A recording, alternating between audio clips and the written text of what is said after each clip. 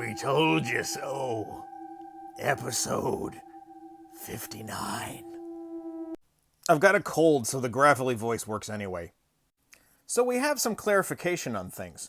You remember how I mentioned several times that the Orange Menace promised no wars and lower prices?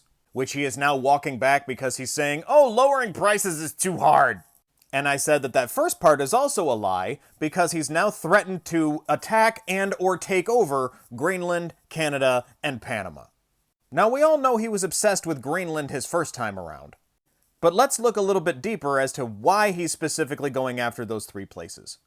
Because remember, Pumpkin Dumpy Pants doesn't go after places for no reason, or at least without some ulterior motive, usually from his boss, Vladimir Schmooten. You'll notice that that's the key thing that brings them all together. Because Panama currently has sanctions against Russian vessels going through their canal. Greenland has a NATO military base there meant to prevent any attacks from Russia. And Canada owns the routes for and the rights to a whole bunch of natural gas and oil reserves, which Schmooten would love to get rid of. Remember, Tangerine Twatwaffle has the intelligence of a third grader. He really doesn't give a shit about any of these countries. He is specifically doing this for his boss. So at least that explains a little bit more about his motives. Really quickly, I just want to say, TikTok shop, TikTok shop, TikTok shop. Meanwhile, the people on the right themselves continue to fuck around and find out. Because now low-income Republican voters are worried that Carrot McFuckbrain might take away their benefits. Something we once again tried warning them about years ahead of time. The Republicans themselves have tried cutting Social Security and Medicare for years, claiming that we have a spending problem and we need to get rid of them to help our deficit. When not only are they an entirely separate system, but they would be a drop in the bucket compared to what we would make back if we would raise taxes on billionaires. We don't have a spending problem. We have a revenue problem. Because we're not bringing in enough money to the government anymore because we've massively cut taxes on corporations and billionaires. I can't believe that I still have to, after all these fucking years, tell people that supply side, Reaganomics, trickle down, whatever the fuck you want to call it, does not work. And now millions of people in the MAGA who voted for Trumple Foreskin are about to lose their health insurance, lose all of their benefits because they voted for it. Thoughts and prayers. Meanwhile, in their continued ineptitude to win elections yet not get anything accomplished, the MAGA are now turning on Vivek Ramaswamy.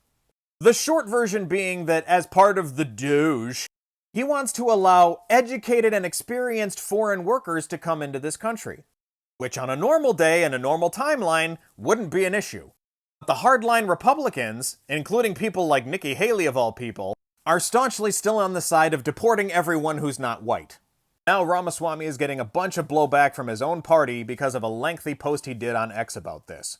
I've said this before, but I think one of our only saving graces over the next 4 years is that these people are so stupid and incompetent and constantly infighting that they're not going to get their fascist agenda accomplished. They're too busy with their petty identity politics, arguing over whether they want to be 97 or 98% fascist. Meanwhile, Jasmine Crockett came out and once again spoke the absolute truth, saying that the MAGA voters got played, especially by Ramaswamy and Alonia Muskrat.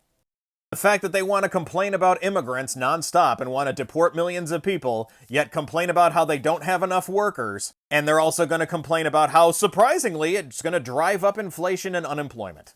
Like most Republican presidents of the past, they are about to tank the economy, and we're going to have to somehow get a Democrat back in office to fix it. And with less than a month until Citrus Shitbiscuit takes office, the continuing mass exodus of people from Twitter continues, but now it's with conservatives. Because Alonia Muskrat is now systematically removing badges and verification statuses from conservative groups on Twitter. Because remember, it's the place for free speech! Meanwhile, in lieu of crayons, in 2024, memes are still the best way to get something across to the MAGA. Because remember, they can't read anything longer than it takes for them to shout a 3-word chant. But with everything going on right now, this one is just chef's kiss. Because 4 more years of the nectarine narcissist are gonna bring nothing but pain, suffering, a shitty economy, and a whole bunch of we told you so.